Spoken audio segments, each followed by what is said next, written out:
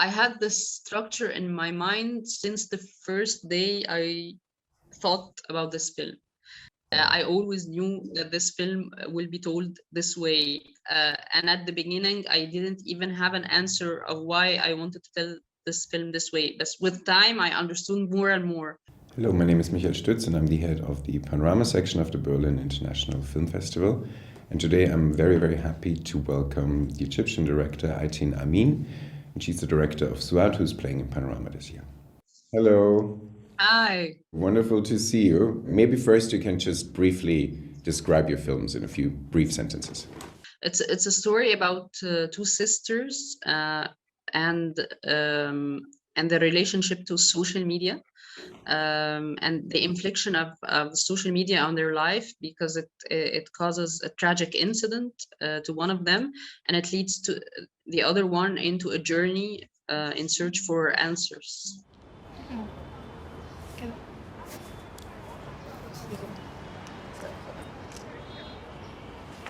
صوري صورة كده. بصي أنا كأني الكتف التاني. طب ماشي صوري صورة، يلا بس صوريها بس، يلا كأن أنا كده من ورا.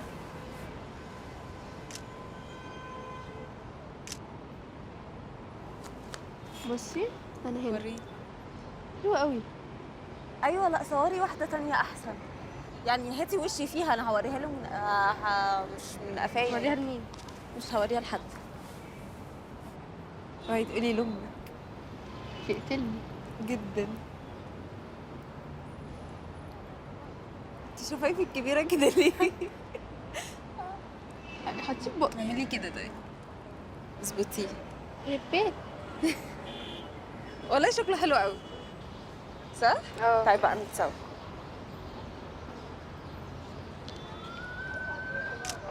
Well, I was very interested in social media because I believe it changed us as human beings, and it changed our relationships to each other. I think it's totally different. The last 10 years were totally different than before. So I was very interested to perceive this, and I was also interested in the idea of how to be yourself. And I think that the common thing that I had with the girls was that we're always trying to struggling to be ourselves in a society that is not easy to do this as women. And I think the social media role in those girls' lives, in girls from small cities, is that it gives them a sense of freedom, but at the same time it's not real. There's some, you know, they got very attached to it. I think their mobile is like something very important. It plays a very important role in their life.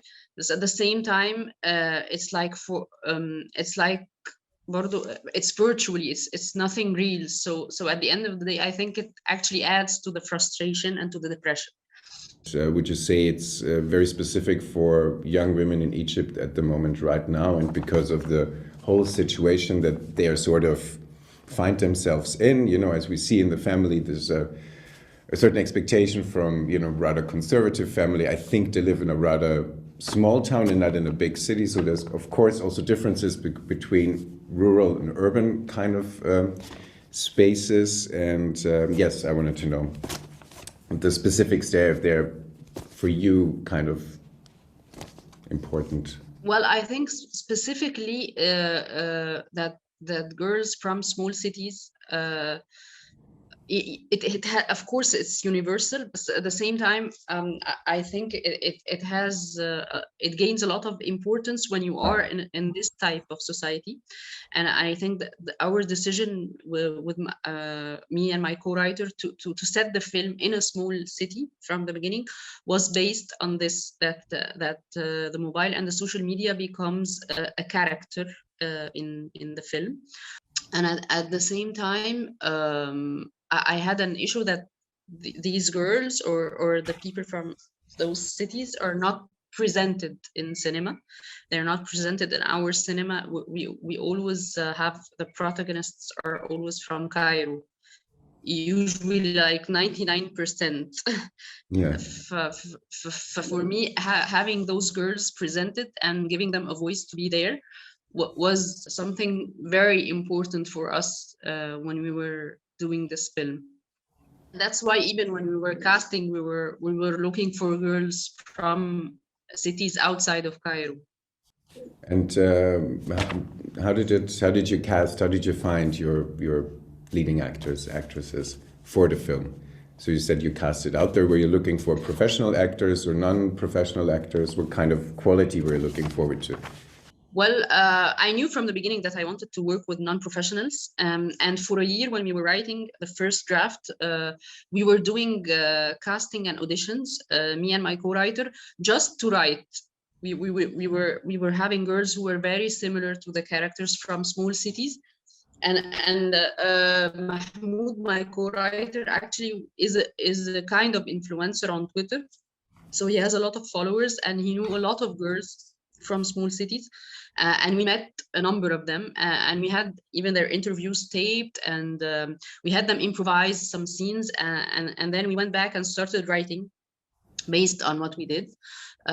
Afterwards, when we started by making the film, I was still looking for girls from outside of Cairo, and at the same time who can have an input in the film, because I didn't want actors to play roles. I wanted someone to come and complete the character. And we worked like for 5 months at the beginning, rehearsals, and they did not read the script. They only knew things about the story.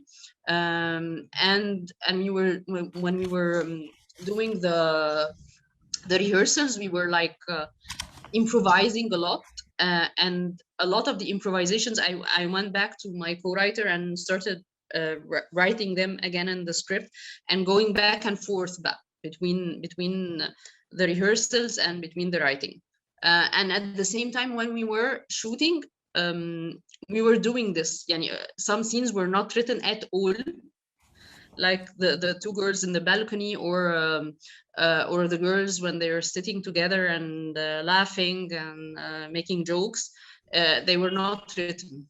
They were just totally improvised when we were there. But because we did rehearsals for a long time, they knew their characters very well and they knew how to move, and it was like shooting a documentary. طب انت قلت لي سعاد بعتلي معاكي حاجه صح؟ بس انا مش هينفع اديها لك دلوقتي. اديتها لك امتى اساسا؟ من شهرين. بس هي كانت جايه من شهرين. ما مش عارفه بقى، هي قالت لي كده، ما اعرفش.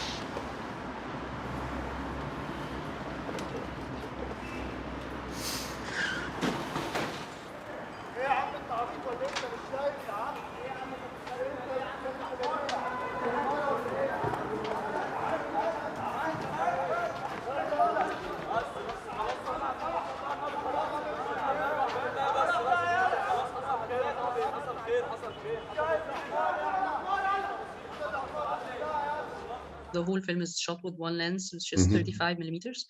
And this was my decision from the beginning. And then when I met with my DOP, we talked about how we were going to shoot. And actually, the way we were shooting kept evolving with time, because the first 2 days we were just trying to figure out what we were doing. And then I went back to the editing and started working.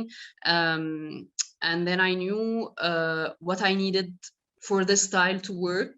So when I went back to shooting the other scenes, I knew that I can get more coverage, because I was, at the beginning, I was shooting exactly like a documentary. So actually the style kept evolving when we were working. It was very organic. And, because financially we didn't have, we were shooting like for 3 days, and then we didn't have money. So we stopped for 2 months, and then we went back and finished all of the Azi, which is the first 2 parts. And then we stopped like for 4 months. We were looking for the actor and started working with him. And then we went back and shot like for 3 or 4 times different, 2 days, and we stopped for 2 weeks, and then we go back. And I was always editing. So it always kept evolving. Even the writing, we kept writing till the end. يعني when I shot the first half of the film and I stopped for those 4 months, during those 4 months I went back to writing and I changed the second half of the film. I changed the way Ahmed is introduced. I changed the ending of the film. So I changed a lot of things, and I shot a different ending at the beginning when I was doing the first half.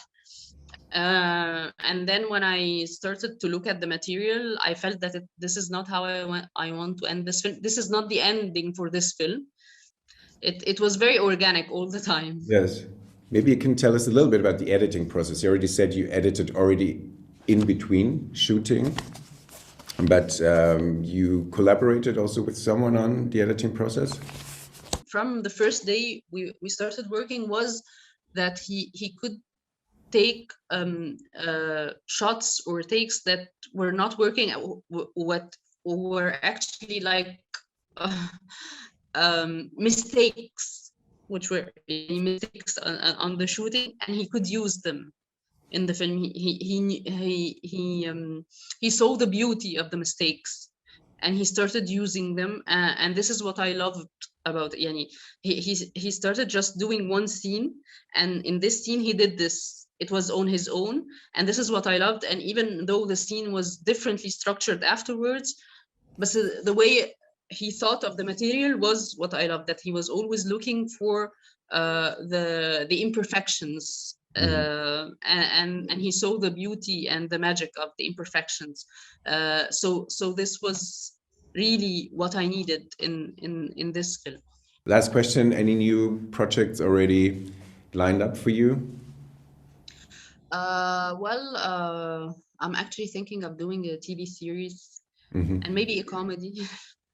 A popular small comedy, because I'm into working with I did a TV series before which was a big hit, and I'm very interested in going back and forth between doing my own art house films and doing comedies and stuff like this. Okay, sounds good and amazing, and lots of things to look forward to. And so thank you so much for taking the time and for being here, Ayten, and take care, and I'll see you soon, hopefully. Thank you so much for having us.